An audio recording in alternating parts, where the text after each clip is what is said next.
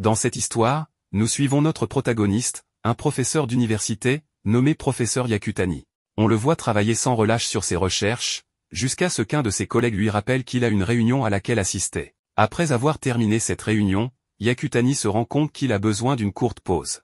En mangeant un sandwich, on apprend qu'il a perdu sa petite sœur à cause d'une maladie incurable. Dégoûté par l'incompétence du monde, il décide de créer des médicaments pour éviter que cela n'arrive à quelqu'un d'autre. Après avoir expérimenté des produits chimiques, Yakutani réalise qu'il travaille depuis 25 heures d'affilée. Il note la durée sur son poignet avant de se reposer pour le lendemain. En réglant son alarme, Yakutani s'endort lentement et meurt dans son sommeil. Il se réveille dans un autre monde, face à une servante nommée Charlotte, ou l'hôte pour les intimes. Elle conseille à Yakutani, désormais appelé Falma, de ne pas se lever trop vite, car il a récemment été frappé par la foudre. Falma se rend compte qu'il n'est plus dans son corps habituel et qu'il est dans un tout autre monde. La servante, pensant que Falma a perdu la mémoire, lui révèle son nom complet, Falma de Médicis. Falma déduit alors qu'il est probablement mort dans son sommeil. Charlotte se présente officiellement, puis lui retire ses bandages. Regardant son poignet, Falma confirme que sa vie passée n'était pas un rêve. Charlotte remarque une marque sur Falma, qu'elle attribue à Medicamento, un dieu de la médecine qu'elle remercie pour avoir protégé Falma.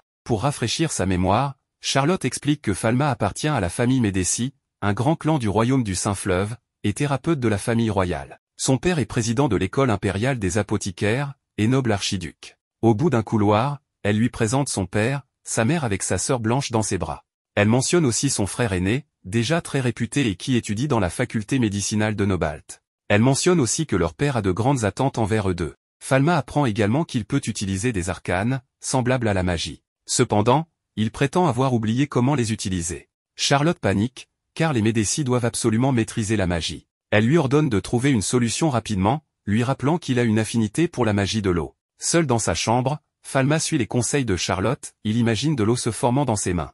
Utilisant ses connaissances passées sur les atomes et les liaisons chimiques, il parvient à créer de l'eau, sa marque brillant intensément. Ne sachant pas contrôler sa magie, Falma libère le sort par la fenêtre, trempant Charlotte dans le jardin. Heureusement, elle est ravie qu'il ait retrouvé sa magie. Falma commence à expérimenter davantage et découvre qu'il peut créer des matériaux comme l'or et le sucre, mais uniquement des substances simples, pas des mélanges. Il réalise aussi que sa main gauche sert à créer les matériaux, tandis que sa main droite les supprime. Entendant frapper à la porte, Falma range rapidement son travail avant d'accueillir Charlotte, qui se précipite pour le féliciter d'avoir retrouvé l'usage de la magie. Soudain, Charlotte s'interroge, Falma aurait-il aussi oublié ses connaissances en médecine? Elle l'avertit que son père a l'habitude de le tester de manière imprévisible. Emmené dans une salle d'études, Falma est impressionnée par les attentes de son père, qui veut qu'il mémorise tous les livres à un si jeune âge. En les feuilletant, Falma réalise que ce corps avait déjà mémorisé ses connaissances, bien qu'elles soient bien inférieures à celles de son ancienne vie. Au dîner, Falma salue sa famille, qui s'inquiète de sa santé.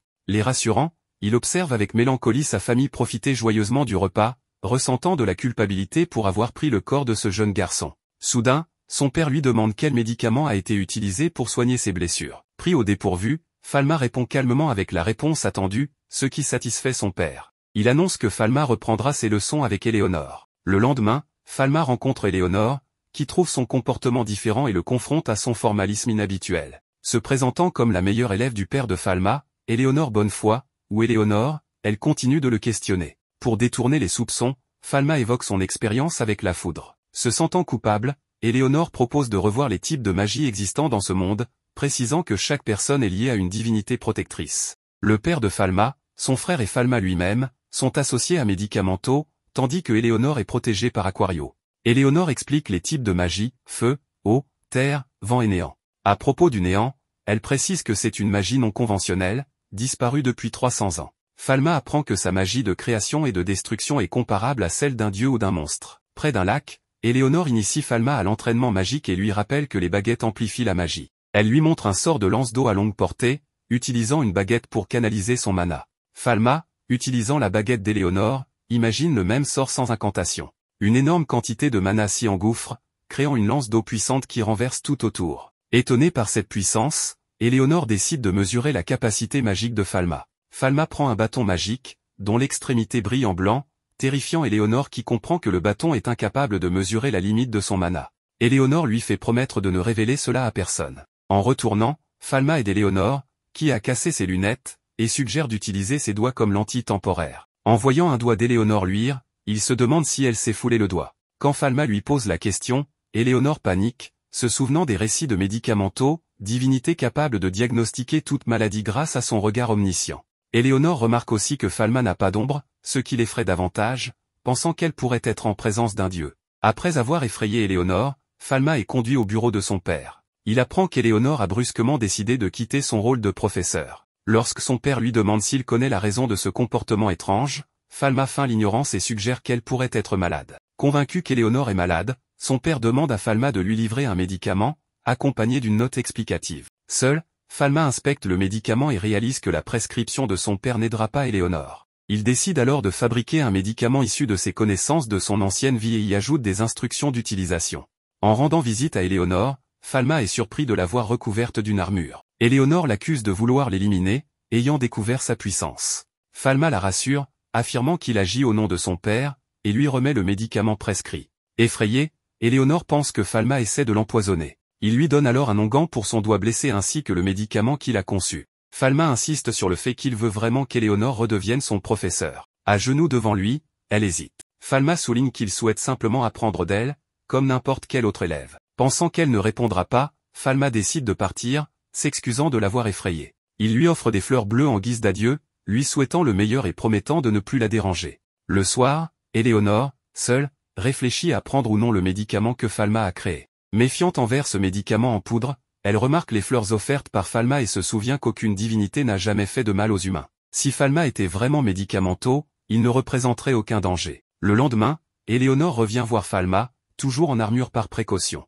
Elle explique qu'elle se sent responsable de lui, étant la seule à connaître son secret. Elle le remercie également pour son médicament, amer mais efficace, qui la guérit plus rapidement que celui prescrit par son père. Décidée, Éléonore organise une leçon sur une île inhabitée, pour évaluer les capacités de Falma tout en cachant son pouvoir. Retirant son armure, elle commence par les bases de la manipulation de l'eau et de la glace. À chaque sort, Éléonore est impressionnée par la puissance de Falma. Découragée par son manque de contrôle, Falma est encouragée par Éléonore, qui promet de continuer à l'aider jusqu'à ce qu'il maîtrise ses compétences. De retour chez lui, Falma s'assoit avec un journal et utilise son don unique pour observer les domestiques de la maison. Chaque fois qu'il utilise ce pouvoir, il voit une zone bleue signalant un problème. Lorsqu'il identifie la cause, la zone bleue devient blanche, signe qu'il a résolu le problème. Grâce à ses vastes connaissances médicales, Falma est capable de détecter et de traiter de nombreuses conditions avec précision. Falma utilise son don et ses connaissances pour aider à soigner les autres. Conscient d'être une anomalie dans ce monde,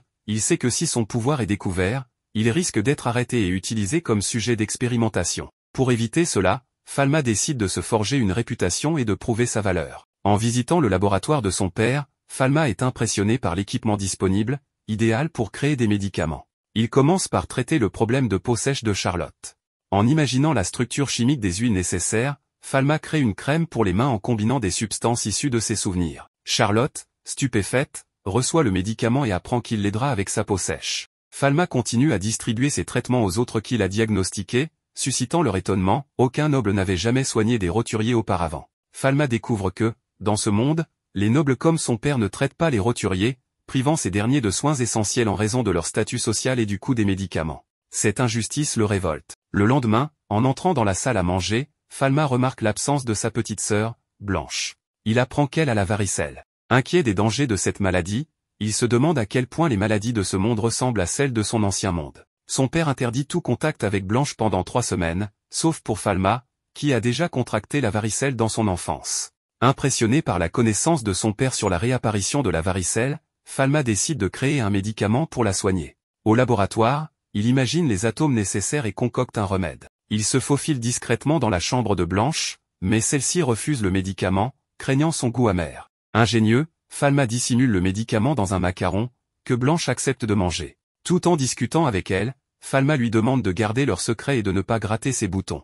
Il est surpris que ce monde ignore tout des virus et des bactéries. En lisant une histoire à Blanche, celle-ci remarque son changement d'attitude envers elle, mais lui exprime tout de même son amour, ce qui rappelle à Falma sa sœur défunte de son ancienne vie. Quelques jours plus tard, leur père est stupéfait par la guérison rapide de Blanche et se demande comment cela est possible. De retour au laboratoire, Falma s'interroge sur l'origine de ses pouvoirs et pourquoi il n'en subit aucune conséquence physique. Il met de côté ses pensées négatives pour construire un microscope portatif, espérant l'utiliser pour identifier des maladies. Cependant, il est interrompu par une convocation soudaine dans le bureau de son père. Falma apprend qu'il accompagnera son père pour rendre visite à la famille royale, alors que ce dernier commence à tousser violemment. Tentant de comprendre la situation, Falma apprend que Sa Majesté est soudainement tombée malade, mais il est distrait par la toux incessante de son père, Bruno. Avant que Falma ne puisse utiliser son œil omnivoyant sur Bruno, ce dernier lui ordonne de se préparer, car ils doivent partir immédiatement. Arrivé chez la famille royale, Bruno salue l'un des conseillers de Sa Majesté avant d'être conduit dans sa chambre. À l'intérieur,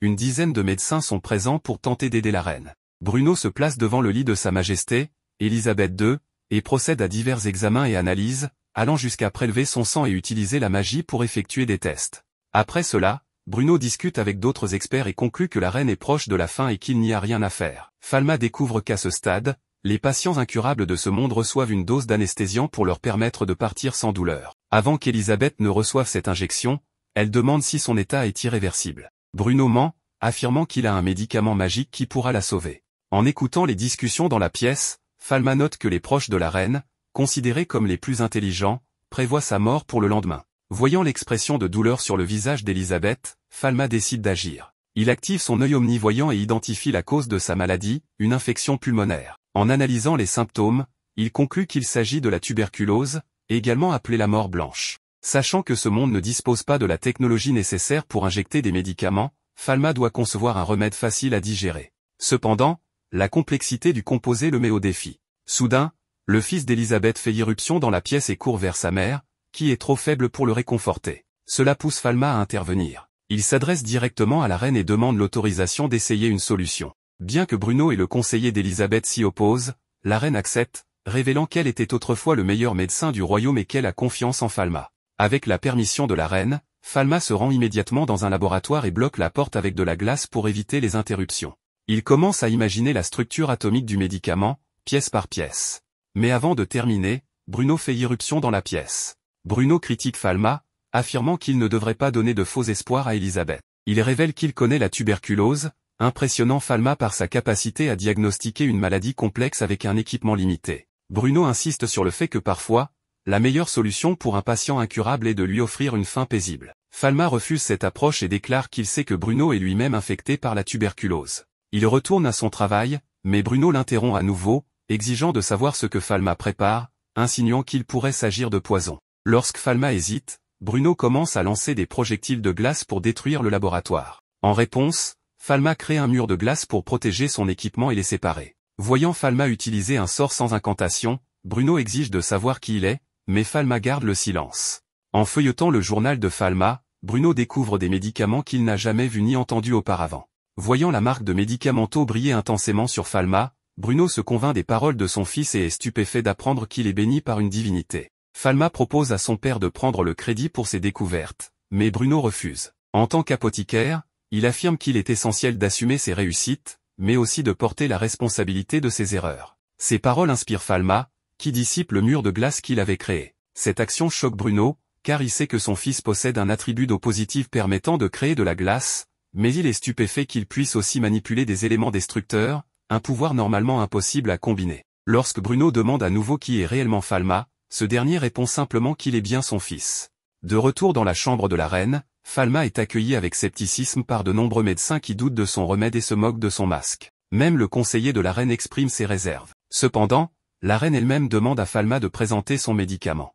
Pendant ce temps, le conseiller discute avec Bruno, qui admet que les compétences de Falma surpassent désormais les siennes. Falma commence sa présentation en utilisant un échantillon du sang d'Élisabeth et son microscope portatif pour montrer les bactéries responsables de la mort blanche. La reine, stupéfaite, partage la découverte avec son conseiller et les autres médecins présents. Falma explique alors le concept de bactéries, décrivant ces micro-organismes comme la cause de la maladie. Bien que cette théorie soit révolutionnaire et inconnue dans ce monde, la détermination de Falma convainc la reine de lui faire confiance. Pour prouver l'innocuité de son remède, Falma mélange le médicament à du vin et en boit une gorgée avant de le donner à la reine. Il déclare qu'il met en jeu sa vie et sa réputation pour garantir sa guérison, annonçant qu'elle sera complètement rétablie en 6 mois. Après qu'Élisabeth ait pris sa dose, Falma proclame devant tous que ce remède marquera le début d'une révolution médicale, capable de vaincre la mort blanche. Sur le chemin du retour, Falma et Bruno restent silencieux dans la calèche, tandis que Bruno réfléchit aux nombreux changements survenus chez son fils depuis qu'il a été frappé par la foudre. De retour chez eux,